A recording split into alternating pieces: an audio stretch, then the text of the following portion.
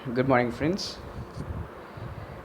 We have a discussion on bond in the limit state method. Firstly, welcome to the Civil Engineering lectures by Government Polytechnic Kottagudem, Civil Engineering Department. Today's discussion we are going to have on bond, bond stress.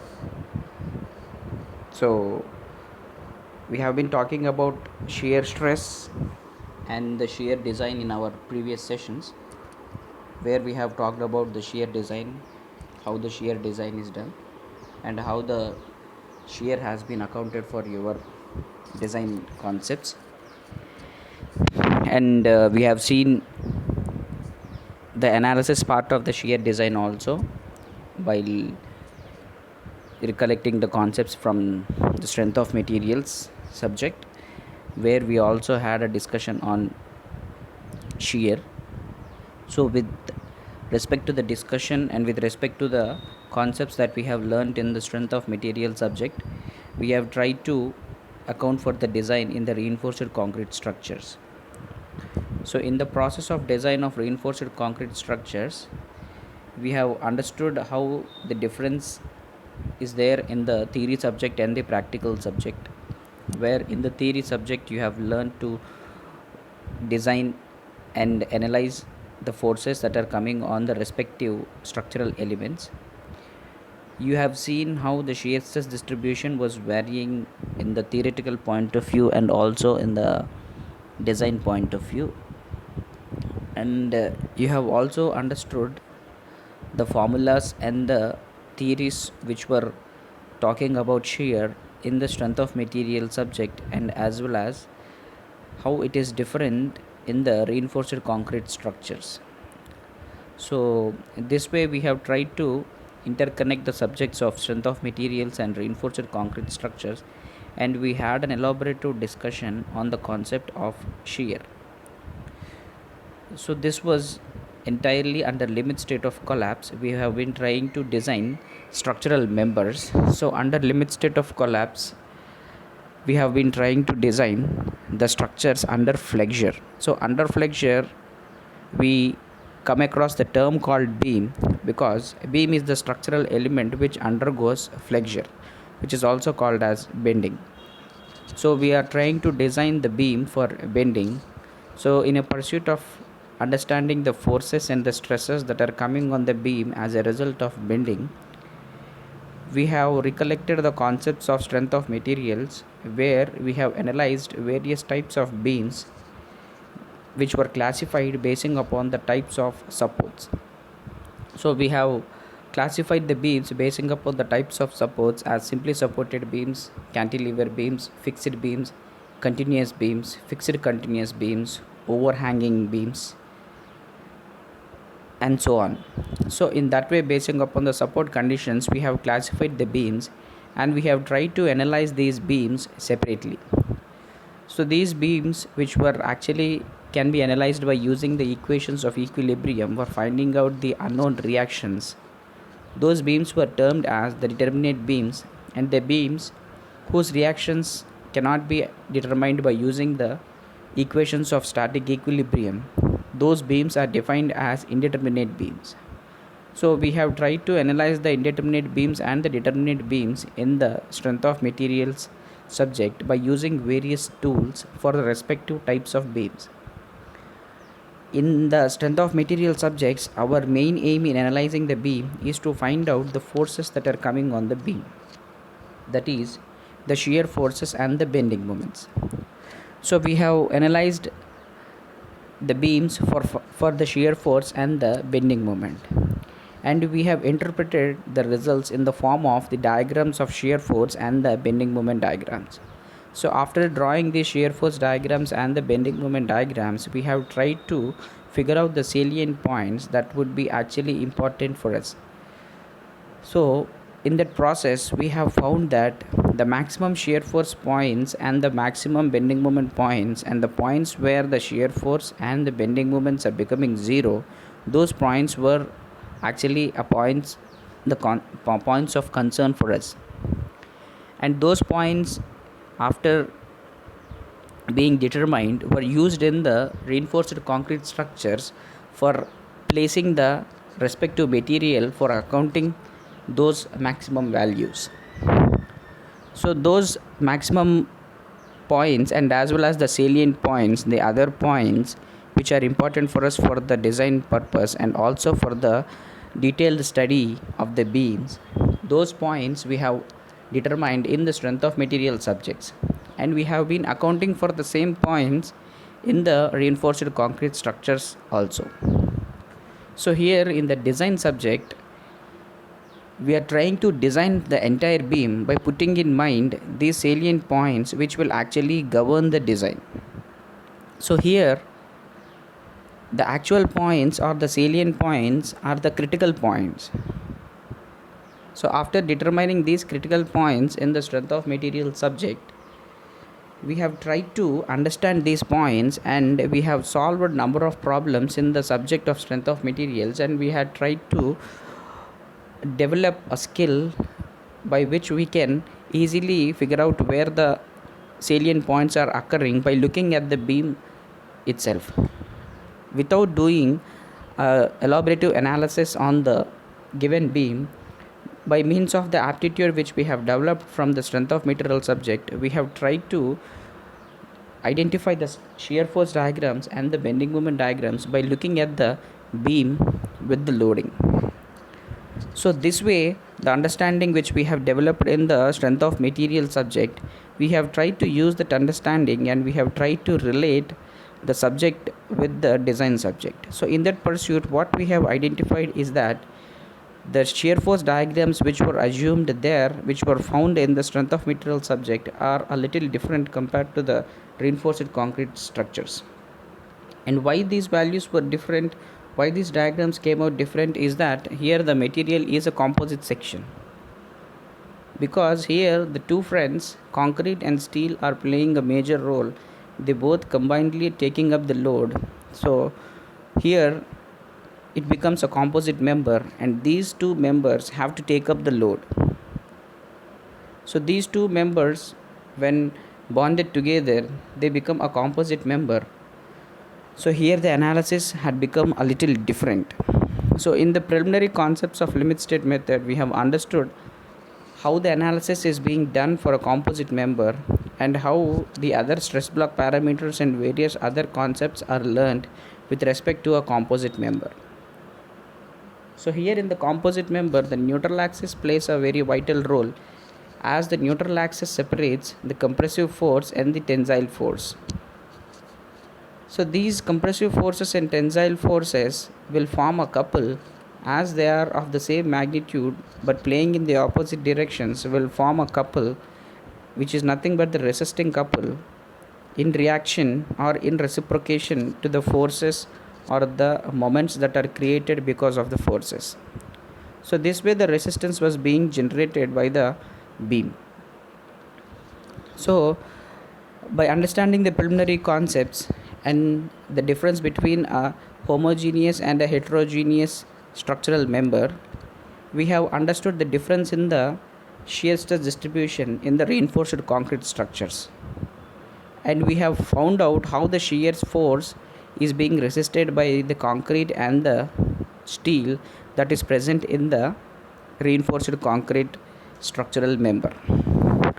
So how this member is participating in giving the resistance for the shear force is also determined, and we have also understood that without any shear reinforcement also, the concrete is having a kind of shear resistance which is called as the shear resistance or the tau v. So this tau v or the tau c, which is the shear resistance offered by concrete without any shear reinforcement, is found, and later we have understood why the shear reinforcement is provided and when the shear reinforcement is provided, how the shear reinforcement is provided, and what are the design aspects with respect to the IS 456 2000. This we have learnt in the shear discussion of ours. So now moving on, there is another concept which is called as the bond, where the bond means the bond between the two structural members or the two friends, which are the concrete and steel. So only when there is a good bond between these two, then only they can take the forces or the strain diagrams or the stress diagrams which we have used for the calculation of the preliminary stress block parameters will prevail. So all the concepts till now, whatever you have learned, is valid only when there is a sufficient bond between these two elements. So there should be a sufficient bond, or there should be a sufficient um, bond between these two members in order to have a good structural behavior. So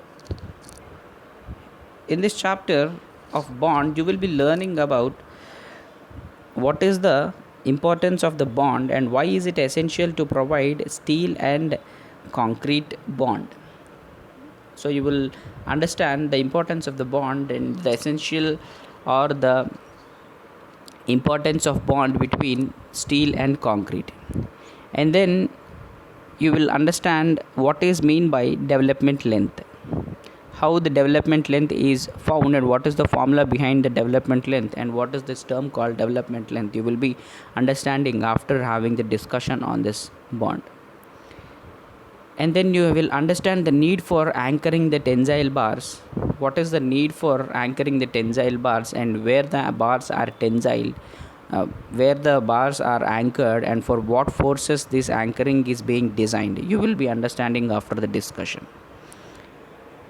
And you will also understand the justification behind the superiority of deformed bars to the smooth mild steel bars. So as you know, there are different grades of steel, and you have different types of steel bars also, and upon having a deep discussion on the bond, you will understand the superiority of the deformed bars with respect to the mild steel bars.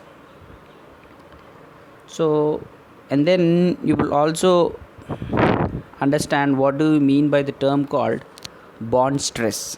You will understand the term called bond stress also, and you will also understand the reason for different values of design bond stresses of plain bars and deformed bars in tension and compression. So there are the bond stress values which are being varied for the bars in compression and as well as the bars in tension, and why these differences is being provided for the bars for different forces. You will be understanding after this discussion of today's, and you will be able to determine the development length of a single bar and also the bars bundled in contact. You will also understand the development length of the single bar and the bars bundled in contact. So while let us move on to the discussion. So the bond between the steel and concrete is very important and essential so that they can act together without any slip in a loaded structure with the perfect bond between them.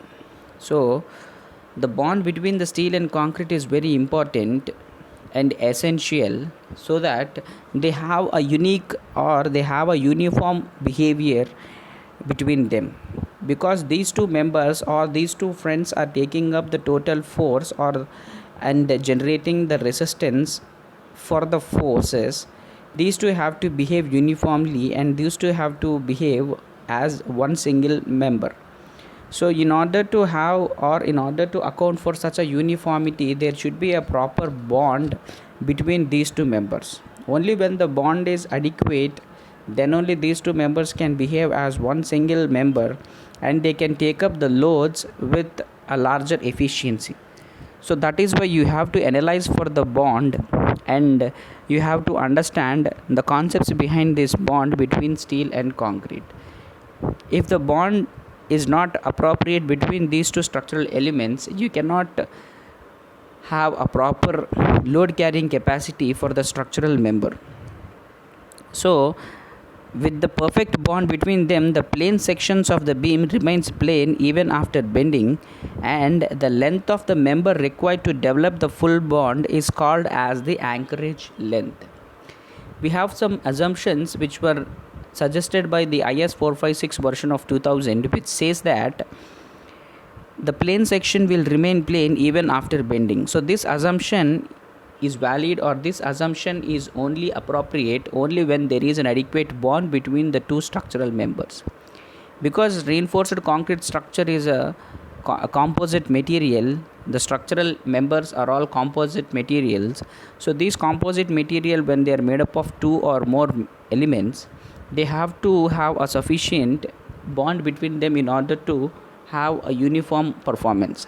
So this uniform performance has to be checked, and which is nothing but you checking the bond between the members. So the assumptions are all valid only when there are few parameters which have to be satisfied. One among them is the bond. So the length of the member required to develop the full bond is called the anchorage length. There should be sufficient amount of length which must be provided in order to have a sufficient anchorage bonds. So there are various kinds of bonds called as the anchorage bond and flexural bond and so on. So you will be understanding what are those various bonds in the further discussion of ours. The bond is measured by bond stresses, and the local bond stress varies along a member with the variation of the bending moment. So the amount of bond which you are going to calculate or which you are going to assess is dependent upon the bond stress value.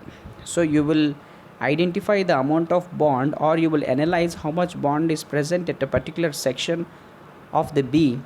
That can be analyzed only by looking at the bond stress that is being generated at that particular section.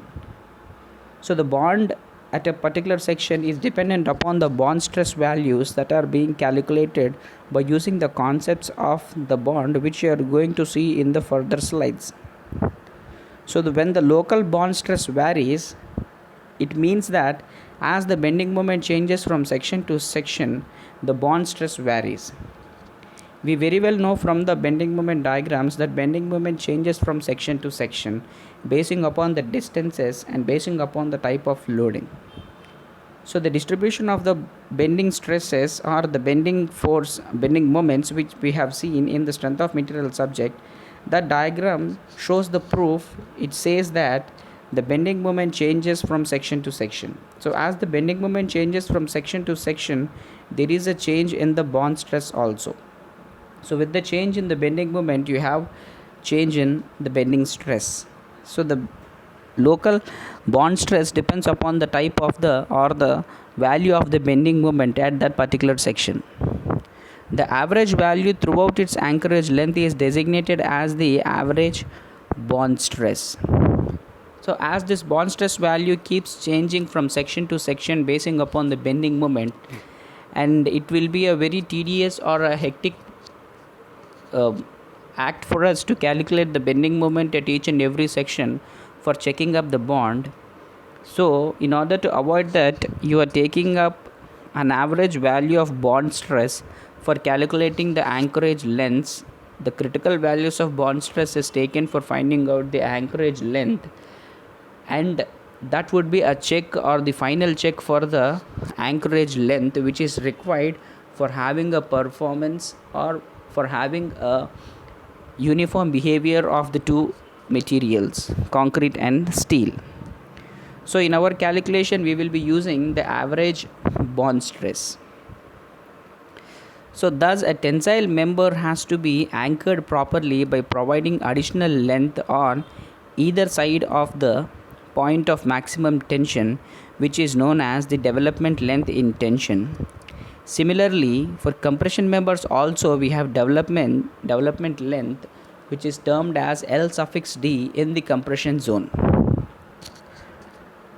So when there is a tensile force which is being developed as a result of bending, the tensile force will try to create a pull in the section. So when there is a pull happening in the section, that pull will try to pull out the tensile reinforcement from the bond or from the concrete where these two members are being embedded.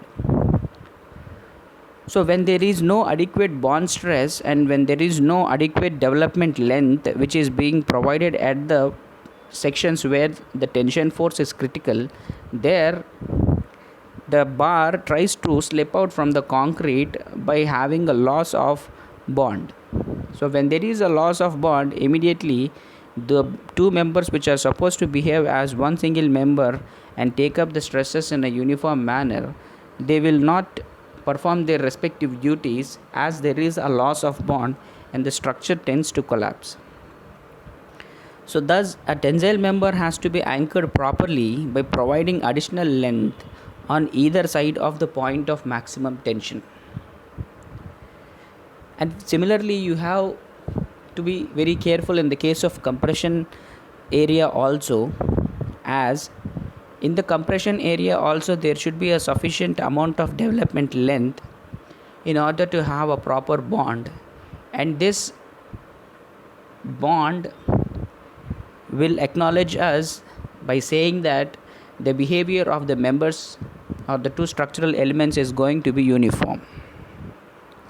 So the critical sections for finding out this bond tends to be at the tensile force points or the maximum tensile force points, where as a result of the tensile force the reinforcement tries to come out of the concrete by having a failure in the bond. So when there is a failure in the bond, the duties which are supposed to be performed by the steel and concrete will not be performed, and there is a tendency to the failure of the structure. So it is worth mentioning that the deformed bars are known to be superior to the smooth mild steel bars due to the presence of ribs.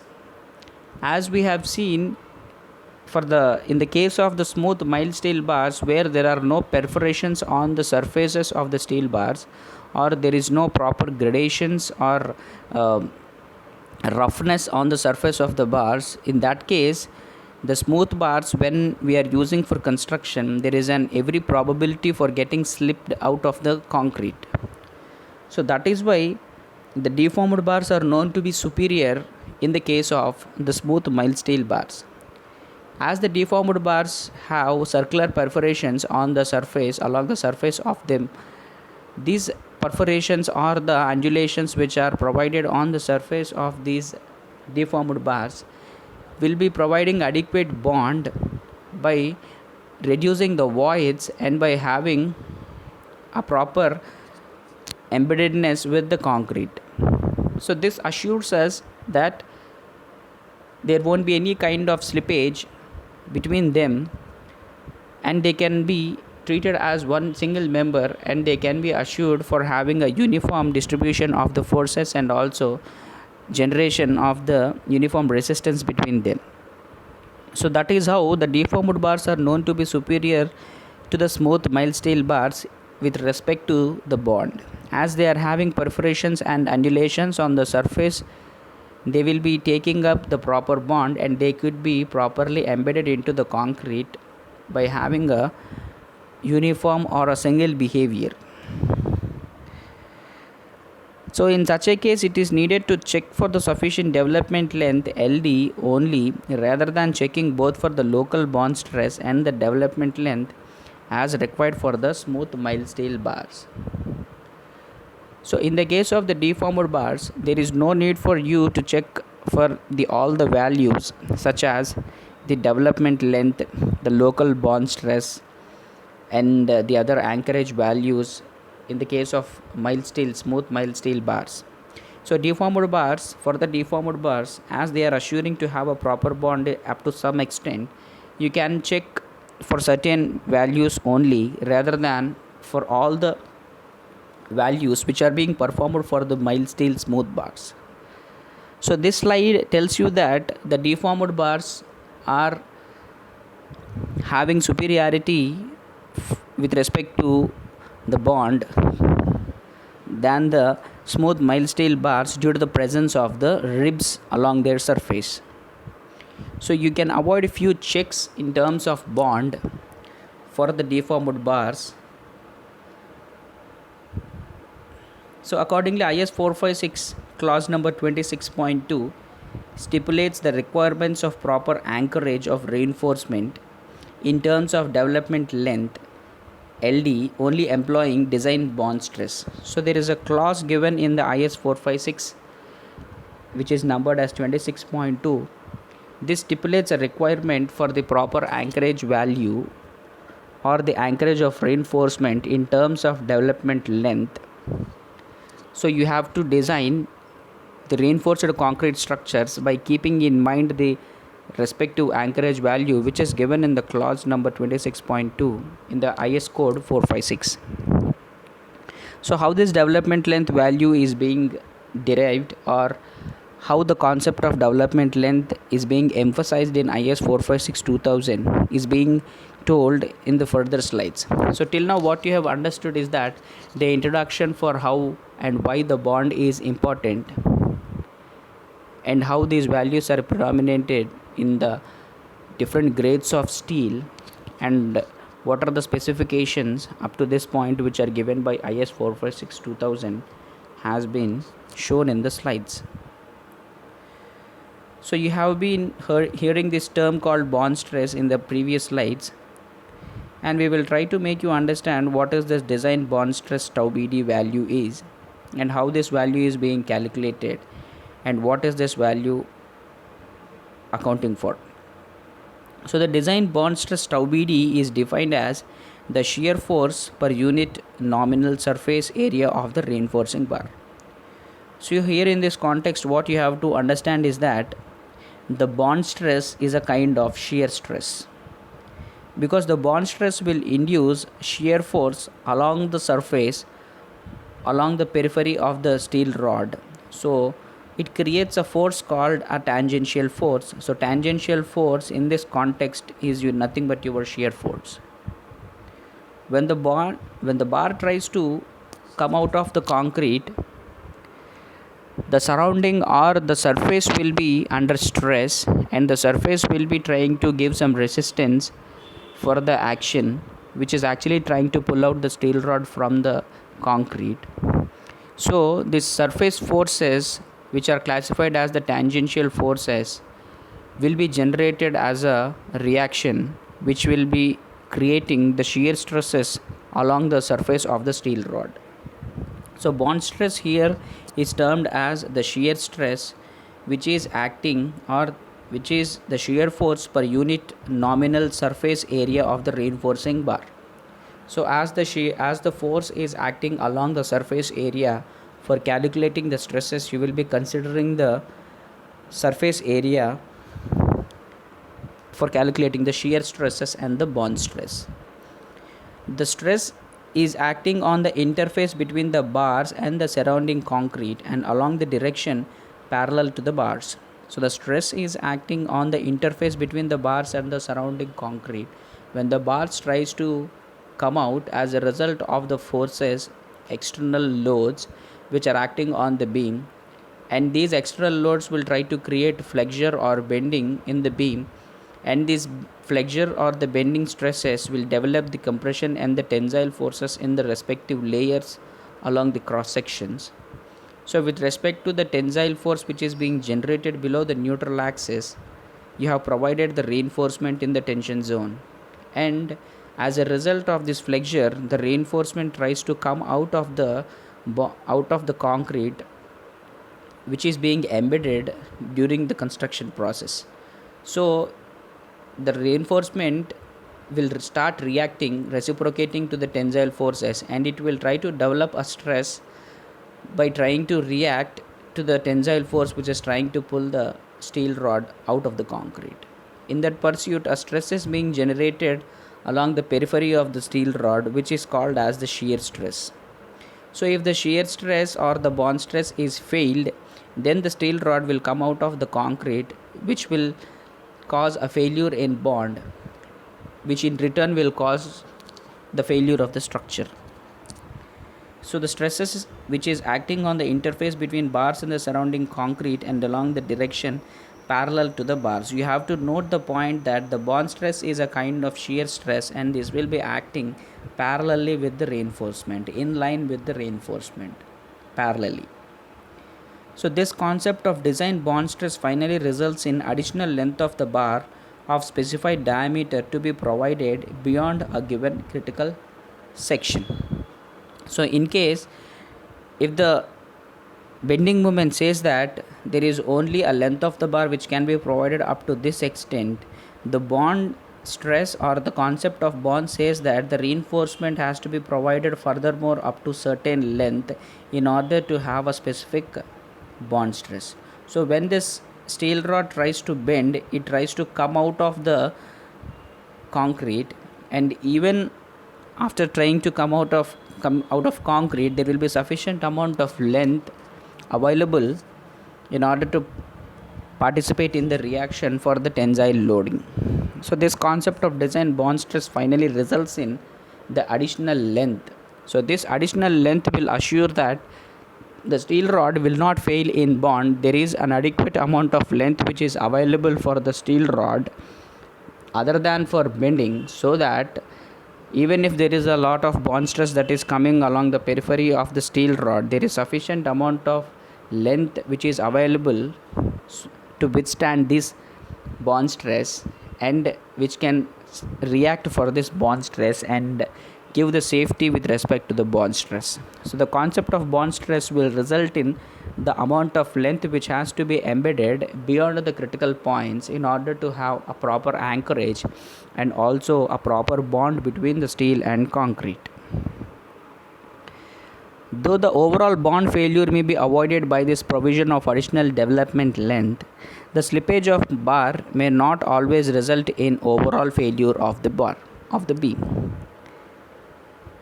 So this overall bond failure may be avoided by the provision which is given in the code book in the respective articles. The slippage of the bar may always not create a disturbance such that it will create to the overall failure of the beam.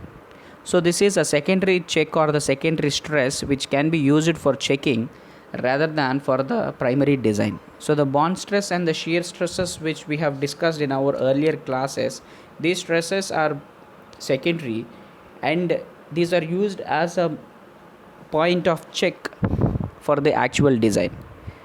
So it is thus desirable to provide end anchorages also to maintain the integrity of the structure and thereby to enable it for carrying the prescribed loads. In order to have a proper integrity, this bond stress has to be adequate enough. Only when there is a proper bond between steel and the concrete, then only they can take up the loads which they are designed for. In order to having a proper load carrying capacity, you should have a proper bond or a proper integrity between the structural elements. So this integrity is being checked with respect to the bond. So it is desirable to provide end anchorages which has to maintain the integrity of the structure and which enables the structure to carry the loads appropriately. The clause 26.2 of IS 456 stipulates the calculated tension or compression in any bar at any section shall be developed on each side of the section by an appropriate development length or end anchorage or by a combination thereof. So there is a clause in the IS 456 2000 which gives us a formula for calculation of tension or compression in any bar at any section which shall be developed on each side of the section by an appropriate development length or end anchorage or by a combination thereof. So whatever tensile force or compressive force which is being generated as a result of the bending, these tensile forces and compressive forces will try to deform the cross section of the member with respect to the forces, and we have provided for the adequate strength in terms of the structural members such as concrete and steel. So when there is a tensile force coming at a particular cross section, we have accounted for this tensile force by means of reinforcement which is provided in the tension zone of the cross section. So there this bending or the flexure will try to create the tensile force, and the tensile force which is being acted on the member steel, this tensile force will try to pull the steel rod out of the concrete by having a failure of bond or the integration of the structure. So when this bond is failed, or when the integration of the structure is failed, the performance or the activity which the structural member is intended to is being diminished, and finally it leads to the failure of the structure. So you have to check for the tensile forces and the compressive forces, and you have to check for the adequate lengths of the steel rods which are being provided at the salient points. For that, they have developed a certain amount of bond stress with respect to the bond. So what are these design bond stress values, and how these design bond stress values have come into picture, and what are the governing parameters behind the design bond stress values, you will be learning from this slide.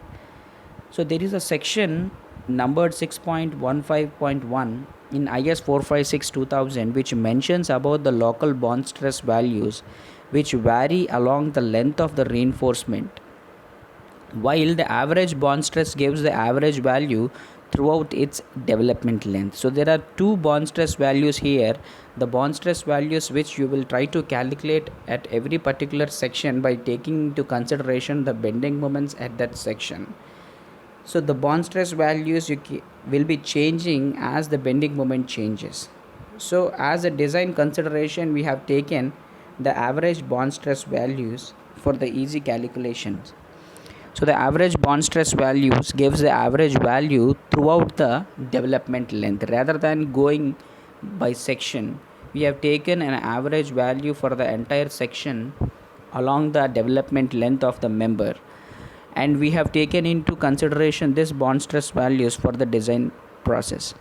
So this average bond stress is still used in the working stress method, and IS 456 has mentioned about in the clause B2 1.2 for the bond stress values which are taken for the working stress method. As we are discussing about the bond in the limit state method, we have tried to show you the average bond stress values which are given by IS 456-2000 in its clauses for the calculation of the bond stress and for the design of bond stress. However, in the limit state method of design, the average bond stress has been designated as design bond stress tau BD, and the values are given in the clause number 26.2.1.1. So you can see the bond stress values which are designated by limit state method as the design bond stress values, which can be seen in the clause number 26.2.1.1 of the IS 456-2000. So again, I would like to remind you that there have been a specific terminology for limit state method. For example, you have characteristic strengths for the strength values, and for you have design values. You have taken the values as design, you have talked about the design loads, and so on and so forth. So similarly, this average bond stress value is also changed, and this is termed as the design bond stress of the steel rod. So the design bond stress tau BD values are given in this table of 26.2.1.1 of IS 456, which gives you the design bond stress values which are basically depend upon the grade of concrete. You can see here, you can see the grade of concrete in this column, and also you can see the respective bond stress values for them in this column. So what you understand from this is that the bond stress depends upon the concrete value or the grade of concrete. So these are the bond stress values for plain bars. Again, you have to underline this term. These are for the plain bars, not for the deformed bars. For the deformed bars, the values of this will be changing, and you have to also underline or understand, you have to make a note that these values are for the plain bars which are in tension. So there will be another force coming in the beam as a result of bending, which is nothing but the compression. So for the values of compression, for the values of bond stress in compression and also for the values of bond stress for deformed bars, there is no other specific table, but there is a condition or a clause mentioned for this.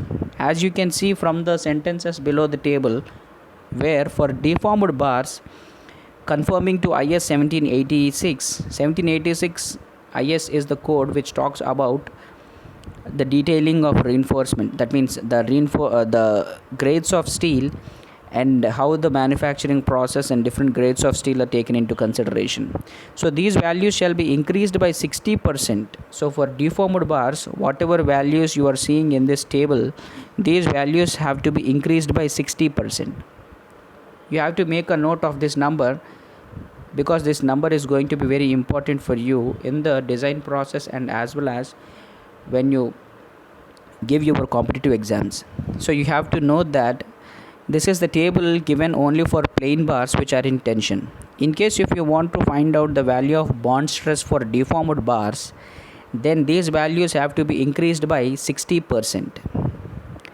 For bars in compression, the values of the bond stress in tension shall be increased by 25%. You have to also make a note of this point also. What this says is that if the bars are in compression, the bond stress values shall be increased by 25%. So here the point increasal is given. Why? Because it is a self-explanatory sentence. Why you are accounting for increasing in bond stress is when the steel bar is under compression, there is a less probability of coming out. So the compression will try to place the steel rod well back in the position with the concrete rather than trying to pull it out of the concrete. So that is why there will be an increase in the bond stress, or the resistance will be higher compared to the case when the steel rod is being exerted by a tensile force. So that is why when a steel rod is undergoing compression force, the bond stress value or the strength of the steel rod will be more, as the compressive force will try to place it back in position well integrated with the concrete. That is why the bond stress value is being increased by 25%. And also when you are having the deformed bars are having perforations, or it is having undulations along the surface of the steel rod. These undulations and perforations along the steel rod will try to have, or it will make the steel rods properly embedded in the concrete by providing for an adequate bond. They will try to embed the steel rods more appropriately in the concrete than compared to the plain bars. So that is why the bond stress or the strength of the steel rod will be increasing here in the case of deformed bars. This increased bond stress is given as 60%. So there will be an increase of values which are given in this table by 60% when the bars are deformed, and furthermore 25% when the bars are in compression. So if the bar is a deformed bar and also when the bar is in compression, you have to include both 60 and 25. So almost 85%, 60 plus 25, you have 85% increasal. So it turns to be 1.85. So almost it is the strength or the stress of the bar is getting increased by 2 times. 1.85 will, you can consider them as 2. So there will be an increase in bond stress by a value of 2. So when there are deformed bars and the deformed bars are in compression, the strength of the bar is increased, or the strength of the bar is doubled. You have 2 times the strength of the plain bars which are in tension. So this is an important note you have to make here, which will be very useful for your design and as well as for the competitive examination point of view. Primarily the 60% value and the 25% value are going to be very crucial for you in the competitive examination, and the values of this tau BD values are also important for you. Sometimes these can be asked directly in the competitive exam as well.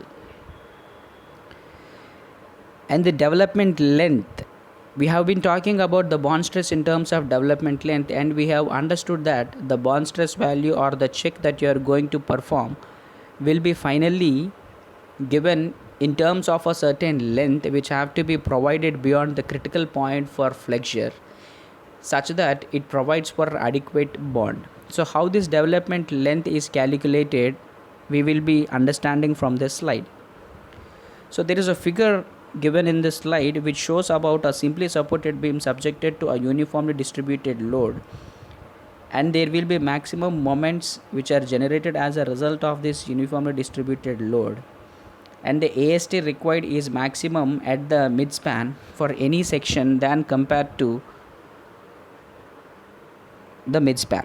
So at the midspan you will be having the maximum bending moment. In order to resist this maximum bending moment, you need to have the maximum reinforcement being placed at the midspan than compared to any other span away from the middle, and this becomes the critical section for the flexural bond. So the sum of the tensile bars can be curtailed, and let us then assume that the section 1-1 is the theoretical cutoff point of 1 bar. However, it is necessary to extend the bar for a length LD as explained earlier. So let us derive the expression to determine the LD of this bar. Now we will try to understand the entire concepts what we have learnt in the earlier slides put together in this slide, and also by means of the diagram which we are going to show you now.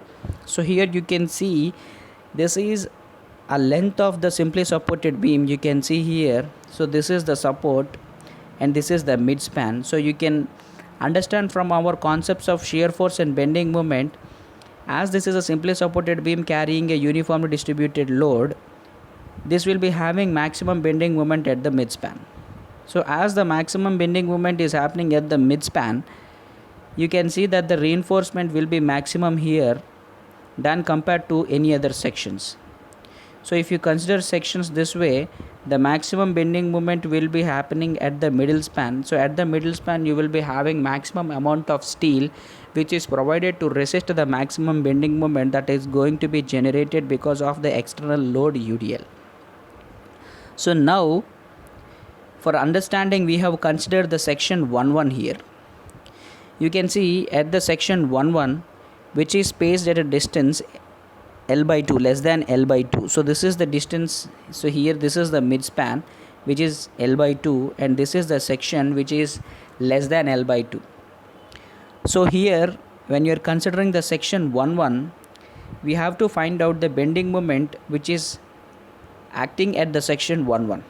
And with respect to the bending moment, we have to see whether the steel rod is having adequate bond at this particular section or not.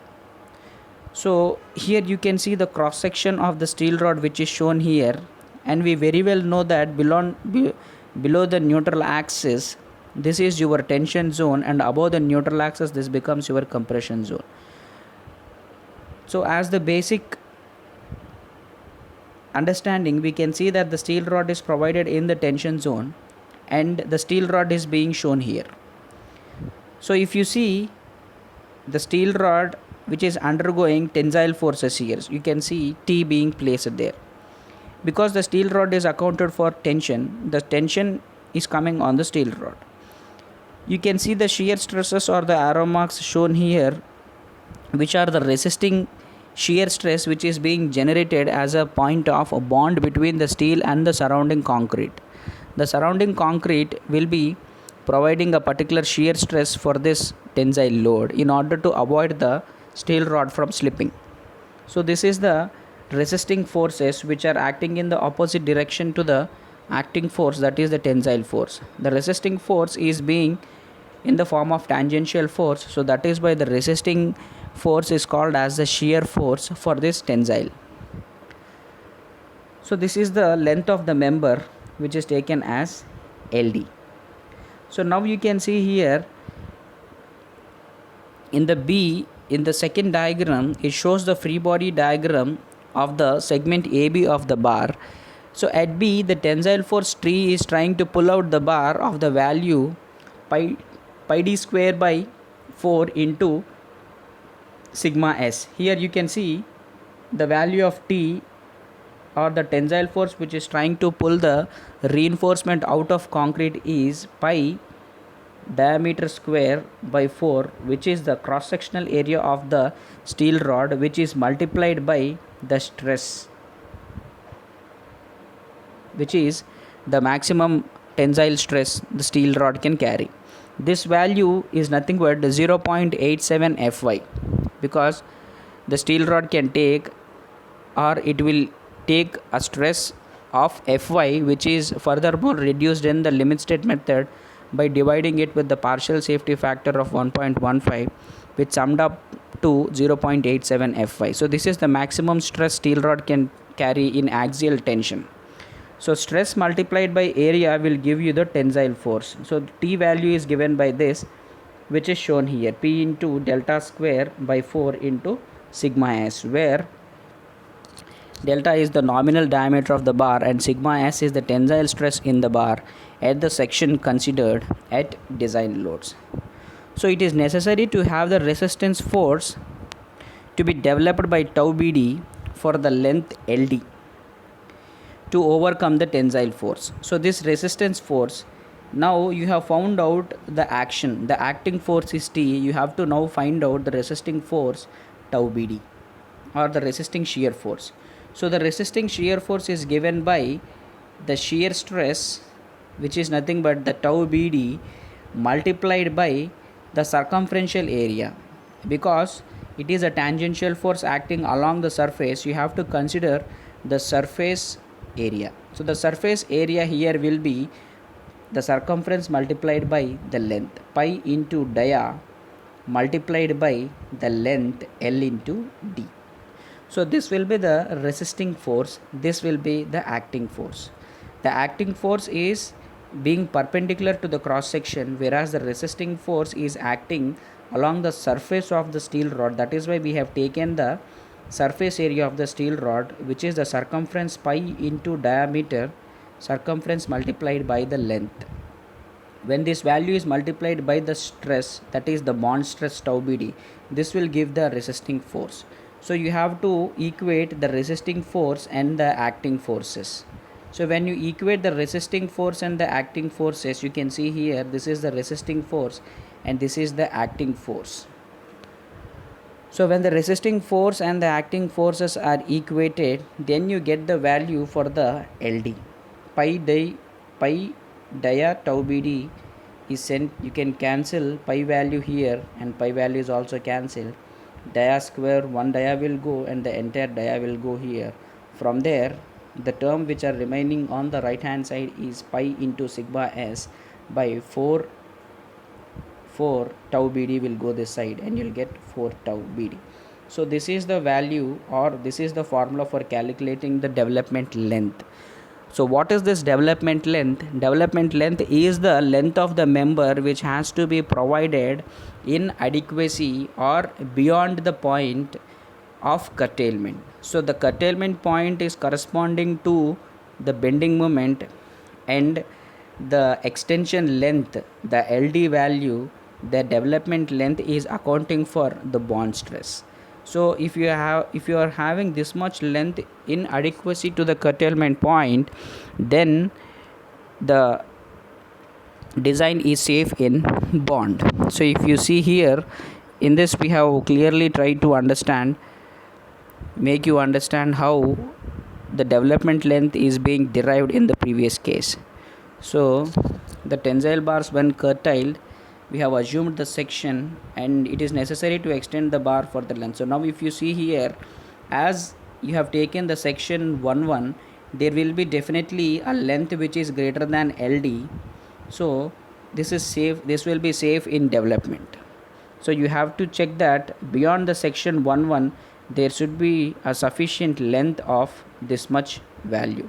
In case if there is a sufficient length of this much value, then it is termed to be safe in bond. If there is a lesser value compared to this, then it is not safe in bond. So in the example taken above, it considers the round bars in tension. You have to make a point here is that when you are calculating, see here in this formula, dia stands for the diameter of the steel rod at that section, and sigma s, this stands for 0.87 Fy, which is the maximum axial stress a reinforcement can take in limit state method 4 is a constant, and tau BD is the bond stress which is given in the table you have seen in the previous slides. So this tau BD value again depends upon whether you are having smooth bars of mild steel or deformed bars in compression. You can have the other combinations also. You can have mild steel bars in compression, you can have mild steel bars in tension, you can have HYSD bars in tension, and you also can have HYSD bars in compression. You have to change this value tau BD for the appropriate conditions. So in case if you have deformed bars, the strength has to be increased by 60%. The tau BD values which you are taking from the previous table, those values have to be increased by 60% in case if you are having deformed bars in tension, and in case if you are having bars, smooth bars in compression, then you have to increase the value only by 25%. And in case if you are having HYSD bars and bars are compression also, then you have to increase them by 1.85%. that means you have to multiply with 1.85 the values to get the respective tau BD values from the table. So that is what is being told on the slide. So similarly, in other sections of the bar should have the required LD as determined for such sections. For bars in compression, the development length is reduced by 25% as the design bond stress in compression tau BD is 25% more than that in the tension. So in case if you provide the respective values here, you will get how much length is required, which has to be embedded from that section. So following the same logic, the development length of deformed bars is also reduced by 60%. If the length is decreased, you have to see here it is reduced means the length is being reduced. Why is the length being reduced? Because the strength is being increased. If you can see here, the strength is in the denominator. When the strength value is increasing, definitely the development length will decrease.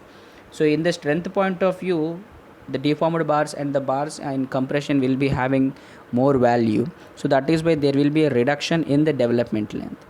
The table 64 to 66 of SP16 present in the development lengths of fully stressed plane the deformed bars, where sigma s is 0.87 Fy. Just now I have told you the sigma s value is taken as 0.87 Fy because sigma s is the axial stress. Axial stress of reinforcement is taken as the yield stress value, which is Fy, and this value is further reduced by using the partial safety factor, and it have came down to 0.87 Fy. So both under tension and compression, it is to be noted that the consequence of stress concentration at the lux of the deformed bars has not been taken into consideration. So I hope you have understood how the bond is playing an important role in the design and how the bond is accounted or evaluated in terms of the development length, and what is the concept of the development length and how the bond stress is evaluated in terms of the development length, and the formula which is incorporated by IS 456-2000 for calculation of the development length. We shall continue in our next discussion. Thank you for viewing the session.